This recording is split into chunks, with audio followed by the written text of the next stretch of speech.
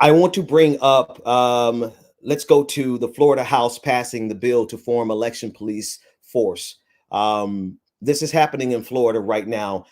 It was passed. We got a chance to speak to State Senator Chevin Jones from the state of Florida, and this particular bill that we're talking about passed afterwards. Now, it's important for us to understand what this bill is getting ready to do. It's going to create a commission, an office of election crimes, creating and changing rather the misdemeanor offense of gathering ballots, absentee ballots for your friends or colleagues, or there's a misdemeanor offense associated with that in the state of Florida that is going to be increased to a felony. Here's why this is important in context of everything else we've been talking about. It's literally important because the Republican Party is playing for keeps.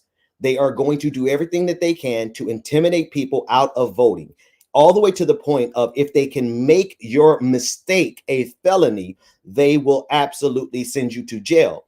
It is a way of making you, of having a chilling effect, of discouraging you from participating in the voting process to begin with.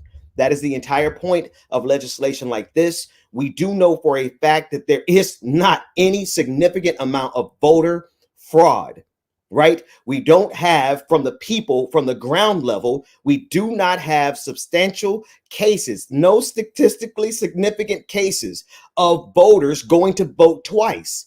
It just doesn't happen. When we do find the rare occasion, it has been Republicans.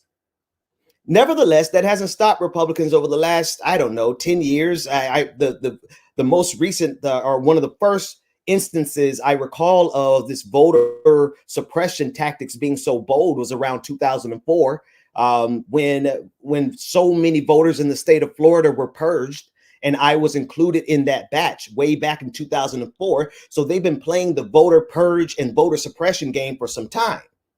Well, now they're codifying their games into law with the force of penalty, the force of a felony penalty for making a mistake in this voting process.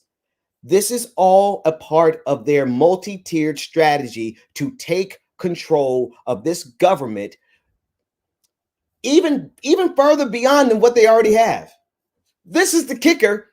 It's not as though the United States of America is not already serving these rich conservative white men. Can we just be real for a second? The people who stormed the gates on January 6th, you know the saying about the Roman Empire falling and the barbarians at the gate. The irony of it is that they were the barbarians at the gates of their own empire. All of those aggrieved, well-to-do white men, well-to-do enough to have the souped-up pickup trucks and take a whole vacation, probably slept at some pretty decent hotels and ate at all the buffets that they could eat at. They had enough money to go on this joyride of January 6th. So they were well-to-do enough because this country serves rich or well-to-do white men, conservative white men in particular. So how ridiculous is it that the very people who were storming the gates of the empire that serves them, well, that's the sentence, right? It's ridiculous. This empire serves, the United States of America serves the very men who thought that they had to overthrow it on January 6th. And those same people have been trying to suppress your vote at least since 2004. I mean, come on, like if we really root this in Black history, they never wanted us to vote to begin with.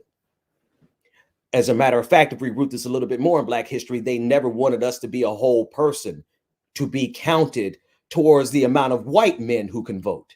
Okay, let's be very, very specific in terms of how this country viewed the Black vote. It has been a very long experiment in voter suppression.